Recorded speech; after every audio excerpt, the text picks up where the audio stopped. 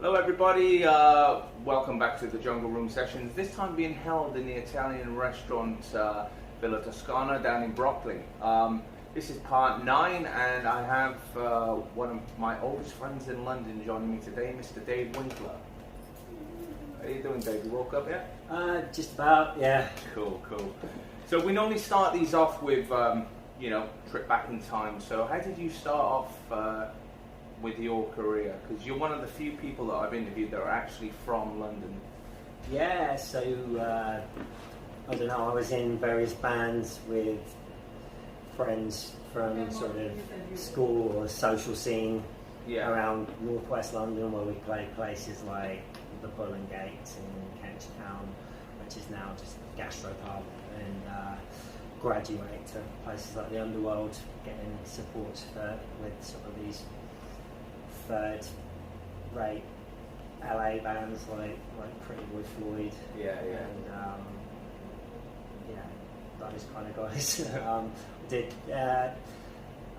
I had a few band with a guy called Tom Draper, who's now in Circus, called the Cardboard John Idea, which is a hilarious name, based on an evening with a friend of ours called John. Tom Draper was the guitar player for that, and we went on to do a band called Renegade Playboys, which is the first band where I got to kind of tour and do some good stuff, playing with bands like Darkness and Dragon Force. And on that scene, with the sort of the main lineup, the final lineup in the last year or two of that band was when I met Gav about 15 years ago. And, that's me, isn't it? That's you. Yeah. And we did a show with Guns N' Roses in Cambridge, supporting them, I can remember that show. There was a girl called there was a guy called Neil and a girl called Sam that used to run that event, and it was early on in our career. I mean, we'd only been going 3 years at the time, but we'd only been a low-level kind of Welsh London band. Right, yeah. Because the original lineup with you guys had like 2 or 3 other Welsh guys, didn't it? The very first one, it was named after the song Perfect Crime, and then we changed it in late '04 to Guns N' Roses. Yeah. But I can remember Samantha saying, "Oh, I've booked this really good support band for you." I don't know, what's a support band? And she goes, "Oh look, it's really good cock rock." I was like, "What's cock rock?" Obviously, I didn't know all the sayings back then, and I was kind of like new to everything. I looked nothing. I didn't look like a rocker or anything. So I'm learning as I'm going along, and I can remember you guys going on stage before us, and I'm just there thinking, "We've got to follow this." Fucking hell! Because you all had the look. You had your in a way, it was kind of like Guns N' Roses thing. You were all individual musicians. You all had Davey, Seb, all the others, and you all had all these different images, and it was kind of like it was hard for us to follow. But then we'd just come off a couple of tours quite recently, so I think we were quite that was sort of the last year or so of the band where we were quite tight, but little fractures started happening in the sort of big started grouping up, and the singer didn't get on with Seb, the other guitarist, and there was issues with me and the drummer, and then the bass player was Mr. Nice Guy who never said anything but actually secretly hated all of us. But musically that was probably the best we were at around that time, because we've been doing the same songs for 2-3 years. I can remember that first year. I think I brought you guys with us after Cambridge, the Clapham Grand. Hardly anyone turned up, but it was great to have a stage like that. With Red Star Rebels. That's right, I remember them, And they wanted to go on after us. And we went on immediately from soundcheck, and all the band were wearing shorts and stuff because we ran out of time and didn't get changed. And I remember. Yeah, it was. And Seb wasn't even on stage for that one when we started. He was buying a beer, and we were like, "We have to start now." And he's like, "Oh, I'm getting a beer." And I can remember him turning up halfway through in a baseball cap and a lumberjack shirt, and on your set. That was and then he got kicked out later for throwing throwing a bottle or something. Oh no. Oh, at the venue that night. Yeah. I think whilst you guys were on stage, he got hammered, and he was a lovely guy, great, talented guy, very good sound engineer. Probably sorted himself out like most people have now, but at the time he was just someone who'd just get very, very aggressive when he was drunk, and cause all kinds of madness to ensue, and that's why there was such an issue with Davey, our singer, who hardly drunk, and usually him and the bass player tended to drive the bus, whereas Seb didn't even have a license, so he just drunk his way through everything.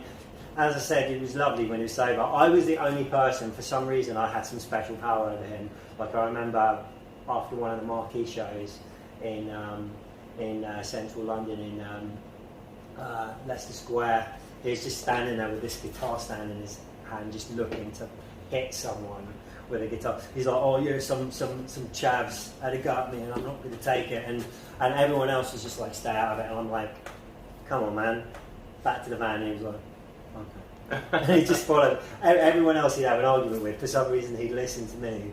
I was like I was like his dad or something. I don't know. Like, the voice of reason. And I think he's doing pretty well as a sound engineer now. Looked a bit like Gok Wan with Oh, wow. I can remember that band fracturing and breaking up, and over the years, then your singer eventually joined me on the keyboards. But I can remember always pushing for, like, you guys should reunite, because I have a nostalgia for your band. Because it's the first band that I work with, so every now and then I'll wake up one morning, phone you and Davey Crash, and be like, guys, reunite one gig. No. we did do those shows in 2009. We did two with you, one with Pretty Boy Floyd, our old friends from LA who came back over, and a couple of others. I think we did one with King Lizard. Just 7 shows just to get the songs back. But it was a different band with Shell, if you remember him. I remember Shell. And Lee on bass, obviously, because that's everything I did around then. Heavily involved. See you later, Carl. Cheers, brother. See you, Carl. And then you did a band called Love and Bullets, and then what was the band after Love and Bullets? There was a band called Dead Sensation, and at the peak of that we put the whole Adamant thing together accidentally. I relaunched. This is a story that no one's going to believe, and that's fine. I have a few of these weird little stories, but Mick Monster, Mick Wood, however people know him nowadays, he sent me a message, and it was back when it was still like fucking text messages on the little green screen. A few people had some posher phones by that point, some smartphones, but I still had an old Nokia, and I remember getting these. He always texts people in capitals like Steve.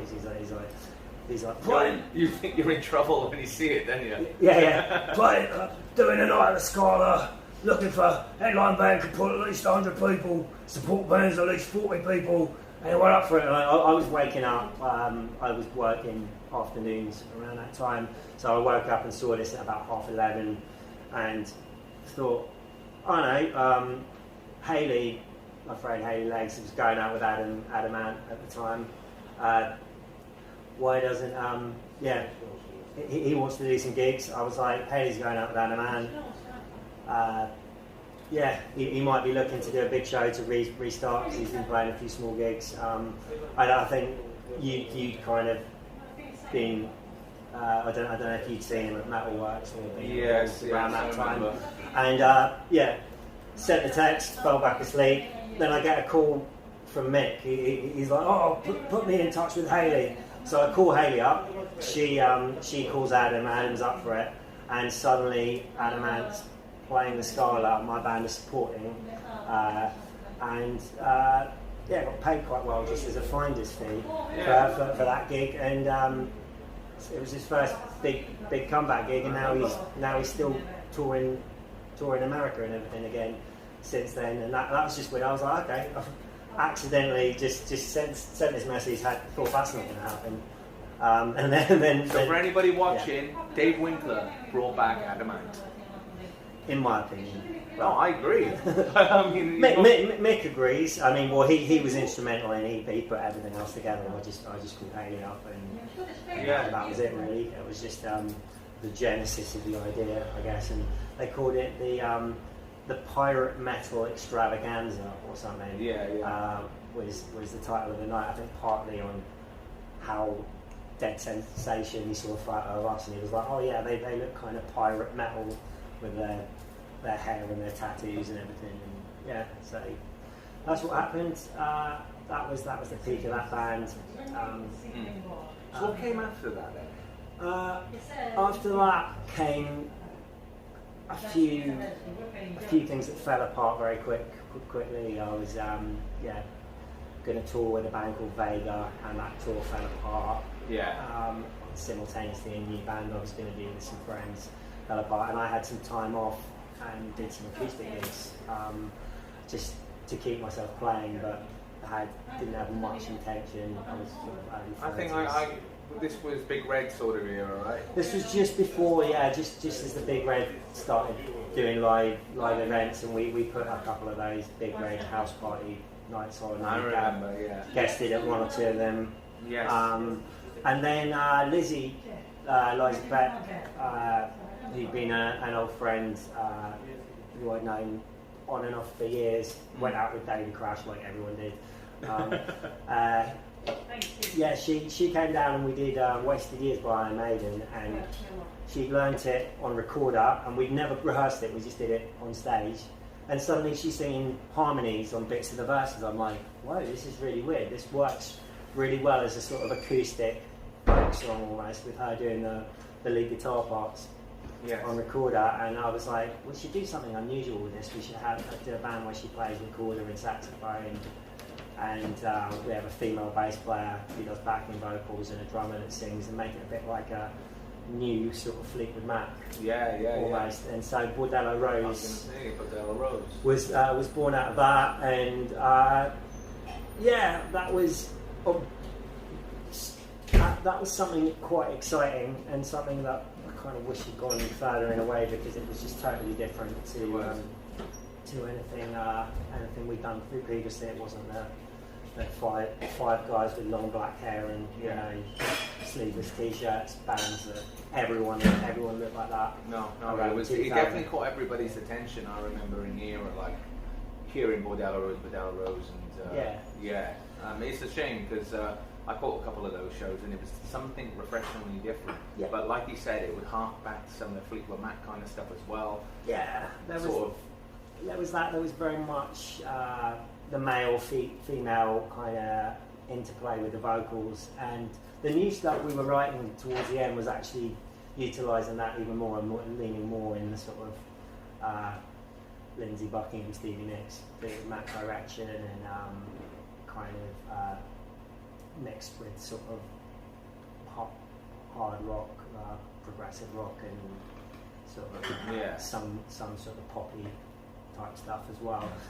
So it's just a totally different band, because I've been in so many bands where it was like, this is what we do. We sound like these 3 or 4 rock bands, and if you brought a ballad along that was in a major key or something, they'd be like, oh no, it's not dark enough for us. We've got to do. And Bordello Rose, I was like, fuck all that.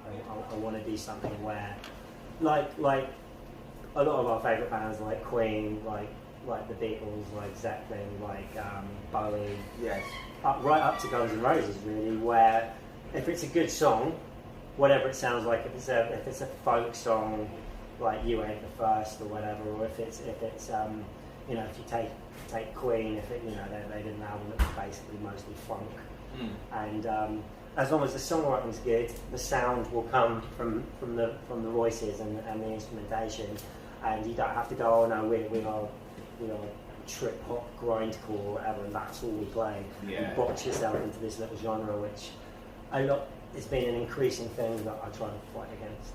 No, that's good. Anyway, it's good to have variety. No, really, it's good to have variety and save me a lot of questions. Exactly, a lot of our favourite bands, have an eclectic I'm not a huge fan of bands that do the same album over and over No. again. I love AC/DC, but I was going to say AC/DC.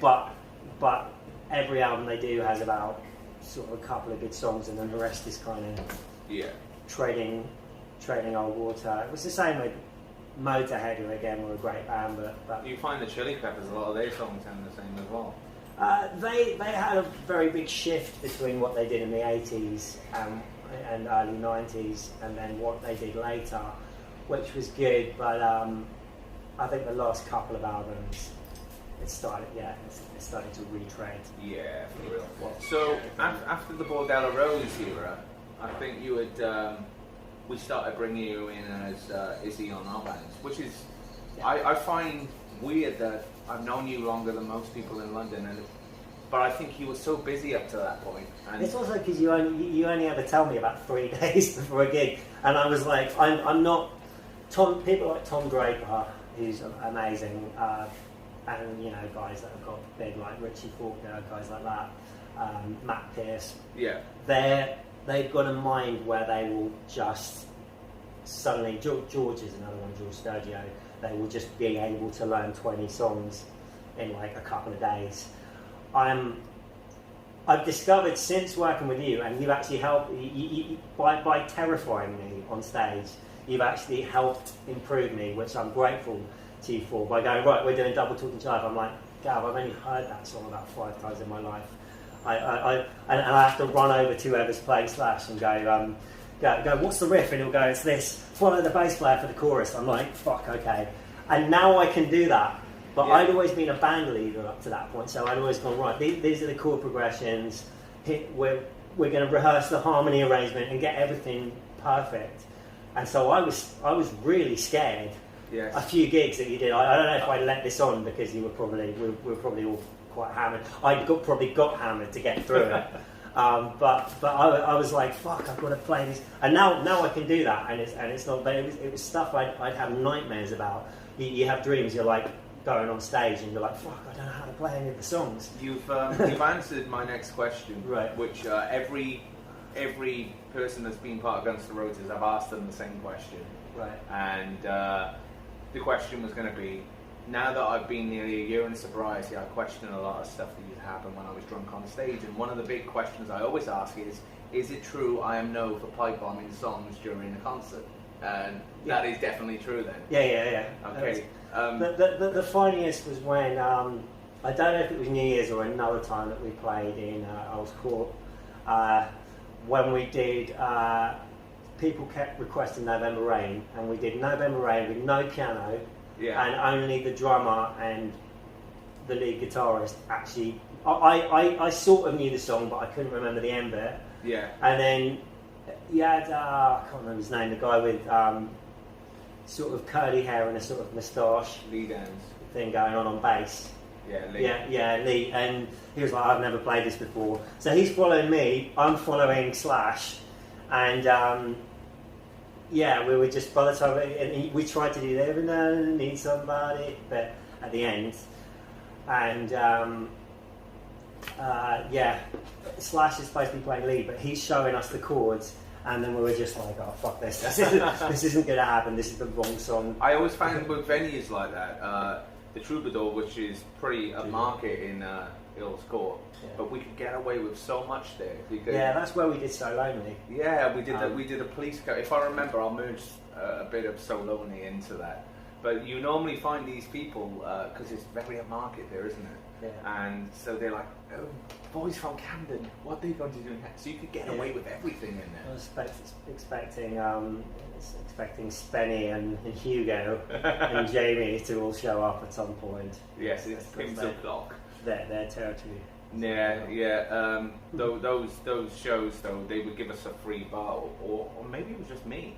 And by the time we would go on, sometimes I think we had a Bloodshake chorus opening up for us at one gig, and by the time we went on, I actually couldn't see. All I could see was blurry lights, and I thought, right, the front of the stage is here. But for most of it, I wasn't even on the stage. I don't know where I was, and we still didn't get kicked out of the venue. You were there that night. But I did most of them around that time when we did Earls Court. For some reason, that was always. I think probably because Niall didn't overly like most of the He doesn't like gigs. coming to London, but what kicked off Bill's court was Ildigo was working there at the time, and also I got wind that Guns N' Roses were going to come back and play the Troubadour in LA. Yeah, I did that gig. That was it. So that's why I scrambled, even though they'd never had a tribute on them up until that point. I scrambled to get the Troubadour on that day, and roughly, I think, we couldn't have done the same time because they're in LA time, but... Yeah, you did it. I think they were both on 11 o'clock or something. Yeah. Or midnight, something like that. And obviously we were 8 hours ahead. Yeah. And you wore the same jacket. I don't know how. I don't know. You're probably not going to reveal how you managed to wear the same jacket 8 hours before Axl Rose did. But I can't reveal that. But it was just a funny little gimmick because then the photos came out the next day, and we're wearing the same, because he had never wore that outfit since the 80s. Right. So no one would expect him in his Keith Lemon era to turn up wearing the 80s outfits, And I can talk Keith Lemon era. But yeah, no, that was it was a good little publicity stunt. I mean, we made fuck all that night, but it was still cool to do it. It was fun to be involved. It was one of the ones where I was out during the day and I'd had a big party the night before, and then I just kind of scrambled my way down there, and then I thought I'm running really late, and then I got there and I think only Harrison was there at the time, and they were like, oh yeah, and then no one else showed up for about an hour, and I'm like, okay, what was I worried about? It's due to the old version. I mean, I say it's the old version, so we were pretty, how we didn't lose that London venue is beyond me. But now it's kind of like, right, set list guys, right. I need a cup of hot water here. I need this here. You get too old after a while to just be down in litres of vodka and it's expecting to play the next day kind of thing.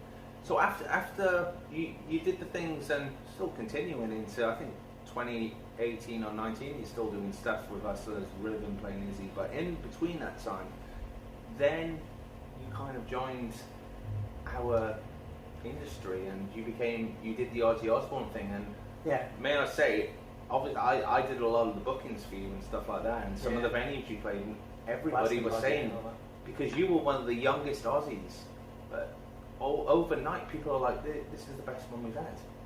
You were kind of new to doing the Aussie thing. I was new to all the venues singing. Some of the venues you were playing had Ozzy Osbourne tributes for 20 years. As soon as you turned up, they're like, where the fuck has he come from? Overnight, they thought you were amazing, right? And it was good, but I mean, something people have said about Ozzy and Sabbath tributes, it's really hard to get people to show up. I think just because there's so many of them, or maybe it's because it's been done badly over a certain amount of time. Maybe it's just because Ozzy was still, and technically is, but no one really knows because he keeps cancelling things. Still going. Sabbath was still kind of petering out around that time. It was great fun, and we had great players. Dan Parsons has gone on to join Inglorious, and Camille's a fantastic drummer from Bordello Rose. We had Steve. Mm-hmm. Steve is Dan's dad on bass. And Danny Mattin, who's played with a lot of great bands, on keyboards, and it was a great bunch of musicians. But we all kind of got disillusioned in the last year or so, except for the Big Red and a few places like Trillions that were fantastic. It was just hard to get people in. And there's a guy who told me about the tribute industry where he's like, Ozzy and Sabbath, it's the biggest band you can do that has the least people that end up showing up for it. Probably because there's not really a mainstream Ozzy hit. There's a lot of songs like Crazy Train, Bark at the Moon, and then Sabbath stuff like Iron Man that are massive on the metal scene. But it's not like Living on a Prayer or Sweet Child of Mine or Summer of '69 or any of these songs that you could ask the average guy walking down the street. If you ask the average guy walking down the street to sing or do anything to do with Ozzy, he'll probably go, oh, Sharon, which isn't the tribute thing. Where's me fucking lemon cake? or whatever. But maybe Paranoid some people know, but that's Sabbath anyway, and it just got frustrating, so we all went on and moved on to other things. Yeah. I mean, I think a lot of what you're saying here, because I was in the industry, you know, in 2003 and 4. Sabbath and Ozzy was very big, but what I think might happen, and it's also what's happening with the Guns N' Roses fans, is people grow up and people don't want to go out so much no more, and then a new generation comes along, and you know, we used to joke 10, 15 years ago, imagine walking up to someone and they don't know what Sweet Child of Mine and Paradise is. That happens now with us, you know, and maybe that's what happened with stuff like Ozzy and stuff like that. Yeah, it was definitely an older crowd that would show up in most places. It was like people who don't go out that much anymore, don't really want to pay entry to a gig unless it's a massive, you know, a massive show or something like that. People in their 40s and 50s. That's sort of how it felt, and we had a fun 3 years or so doing it. We got to play Glastonbury a couple of times. We had some, you know, completely sell out, turning people away shows in the Big Red in London, in our hometown, and there was a point where we were like, that would do, you know. Yeah, you kind of went out on a high. We don't want to take this much further. There was a Halloween particularly where there were like 450 people in the Big Red, and 100 got turned away. But that, again, it's a free entry venue, so that's what happens if everyone knows they can get in for free, and it's an Aussie tribute on Halloween. Everyone's going to show up. But then after that, so talking about how people of eras kind of, you know, everybody gets a bit older and, you know, doesn't want to go, but then you reinvented yourself and became Gerard Way in the Black Parade, My Chemical Romance tribute, which you were superb at, because you know Niall, who runs Fellow Boy, is a massive pop punk fan, and so we had been talking about, even if you guys didn't do it, we were looking for people to do it so we could put them together, and this is what you're doing now, right? We had some stuff booked for this year that's obviously been rescheduled. Oh yeah, by the way, I had a call this morning. We need to rearrange the O2 dates.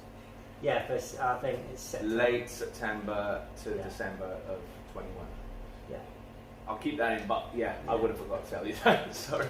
That's I mean, it's good because there's almost always a decent crowd for that. It's a younger crowd. It's all people in their sort of late teens to sort of early 30s, and people show up. It's different. My voice probably suits it more than Aussie. Facially, I look a bit more like Aussie, as people frequently tell me. But vocally, it's more the tone of my voice. He's got a little higher sort of voice. He's sort of when he speaks on stage, he's somewhere up here, you know, like he speaks up here somewhere. Yeah. But, so you can tell there's, you know, my voice sits a bit lower.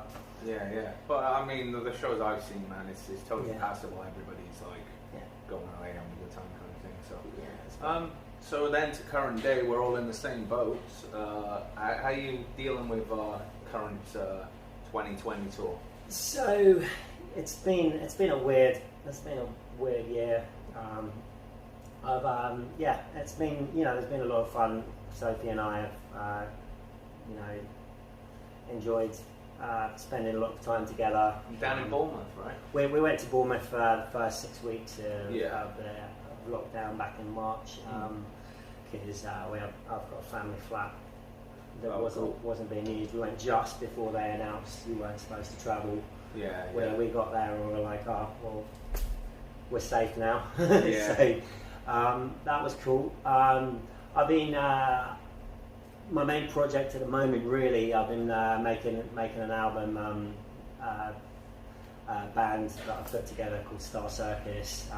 It started off kind of as almost like a solo album, and it's expanded into a live band, and we've been lucky to have our own basement space to have rehearsals, and literally had one last night with four of us out of 5. The keyboard player's just come back from France, so he's having to isolate. But It's it's been keeping us playing and really just working with Tony Wilson from Total Rock, who's produced a few things for Mia Close and obviously being a radio producer and doing live sessions on Radio 1 for sort of 20 odd years, 30 years I think maybe, before founding Total Rock Radio.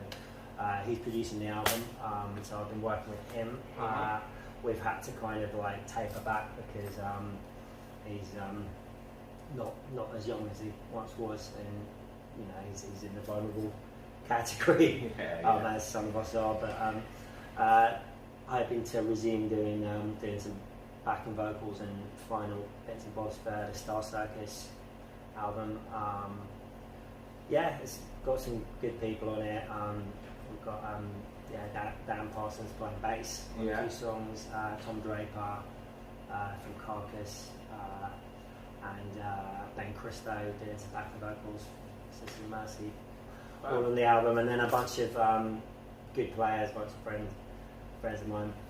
Sophie plays a bit of keyboards on it. Should be one of the things I'm the most proud of. Hopefully out next year.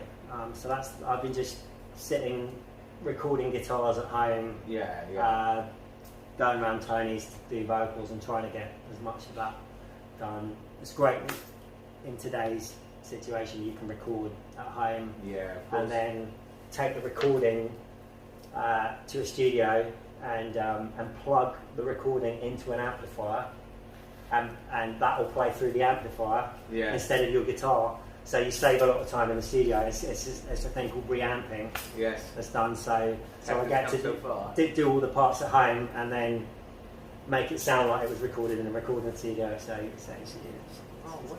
Well, hopefully this lockdown we're in now is only going to last a month. But let's be fair, no one's thinking that. But hopefully we'll see some stuff and we'll all be doing what we do very soon. I think what we're going to do now is we've got Dan Pye down. The Liverpool legend. He's gone out for a smoke. He's gone out for a smoke. And Dave and Dan, and I think I might as well, we're going to jam some stuff, so we'll stick it in towards the end. Thank you very much, Dave. No problem. And it's lovely good to see you again.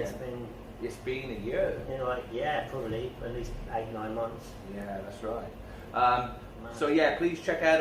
I'm going to put all the links to Dave's material and projects and everything else in the description. Thank you all for watching one more time, and thank you Dave, thank you Soph, and they'll be back with a jam when we can find them.